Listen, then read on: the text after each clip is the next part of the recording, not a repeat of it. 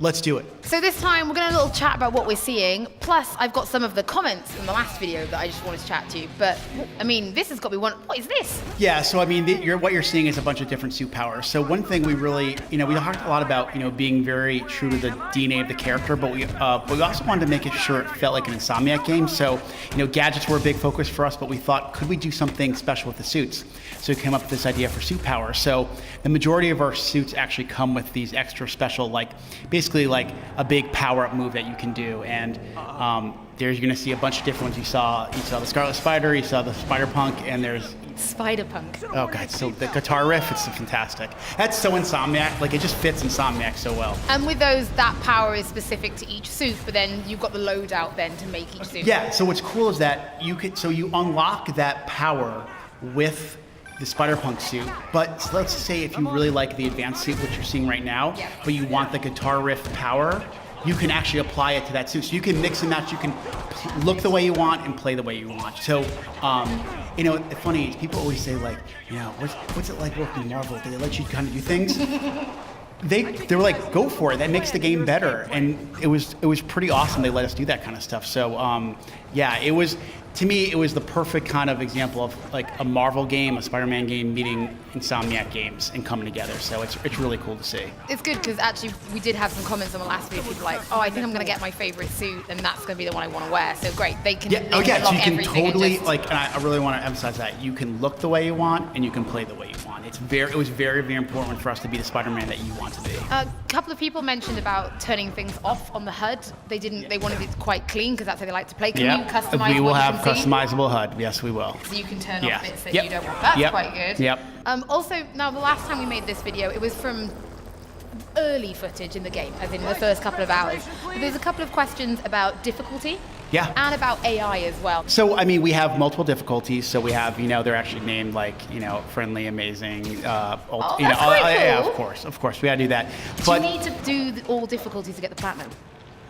No, you don't. I confirm you do not. I confirm because somebody who, by the name of Greg Miller, asked me that from Kind of Funny. It's always Greg. And you do not have to get that. But the thing is, there's a lot of Spider-Man's such a popular character and everybody loves him, and we want to make it so as many people can play as want. So if you want to just really experience the story and just have fun being Spider-Man, feel free to play on the easier, is it easier difficulty? Is it okay to say that? I guess, yeah, it's fine, easier difficulty.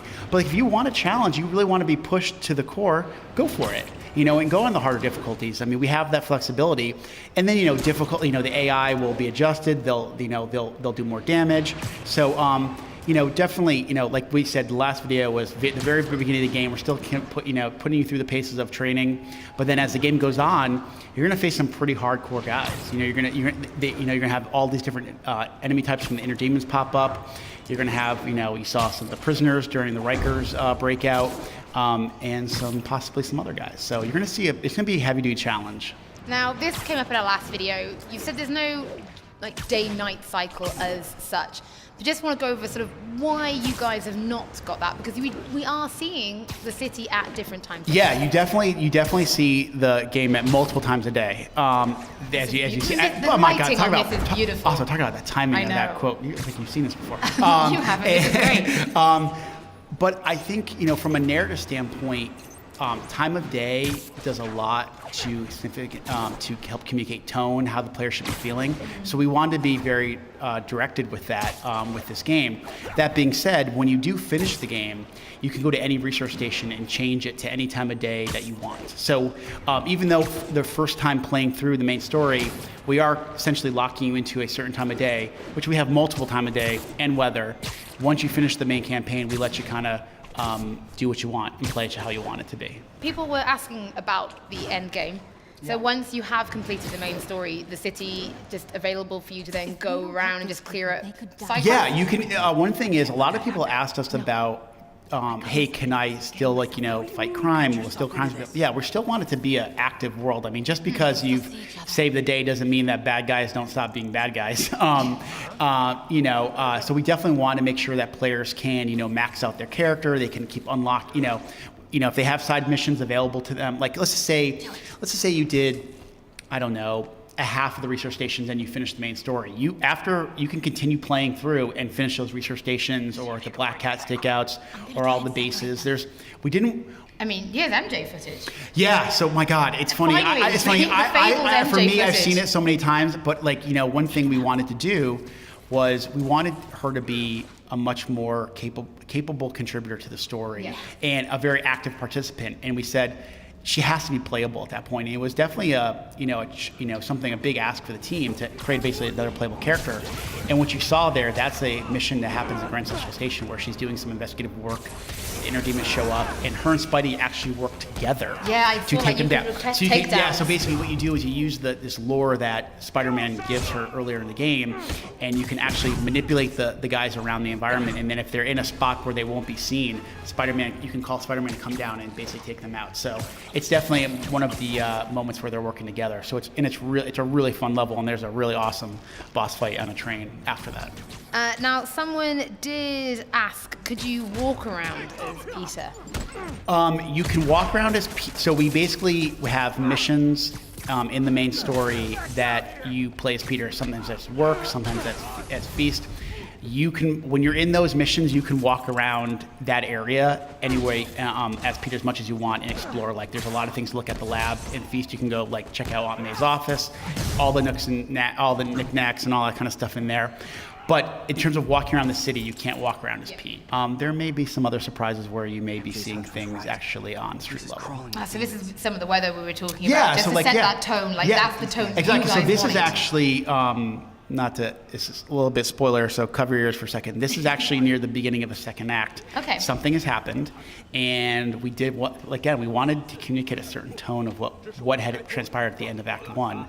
And when you see what happens previous to this mission right here, you'll understand why we chose that time of day and that weather. So these are some of the the inventions that we're seeing. So what you're seeing is this is now what's interesting previously to that thing was that was a mission where the player in the footage was using stealth.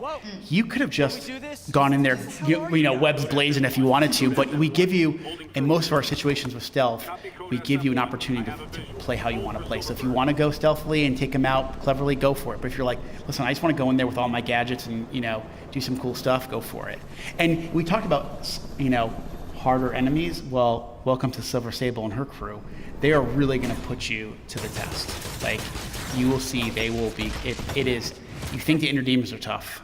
This is next level. Wait till, and the thing with her and her crew is that it's a good example of the stakes being raised as the game goes on, and the story in Spider-Man really being pushed throughout the experience. So can you customize the suits and the equipment that you're taking with you on the fly, so mid-mission, or do you need to go somewhere? So you basically, we have like a gadget wheel, so you can pretty much change the gadgets on the fly. You basically hold L1 and it kind of slows things down for a second, so you can kind of mix and match. So if you want to do a tripwire, then an impact web, and then something we haven't announced yet, you can totally do it. And you carry them all at once. Yep. It's not like there's a certain loadout. No, we talked about it early on about having like loadouts for like the gadgets, but we're like, we're Insomniac. We just want to give everybody a chance to goof around and have a lot of fun with it. I know. Spider-Punk's amazing. Awesome. Actually, this was another question we had in the previous video was, then in the cutscenes, are you wearing the suit that you're wearing? Yes. It looks like, yes, 100%. you are, like whatever you've picked. That was, all our cinematics are done in real time, and no matter whatever suit you're wearing,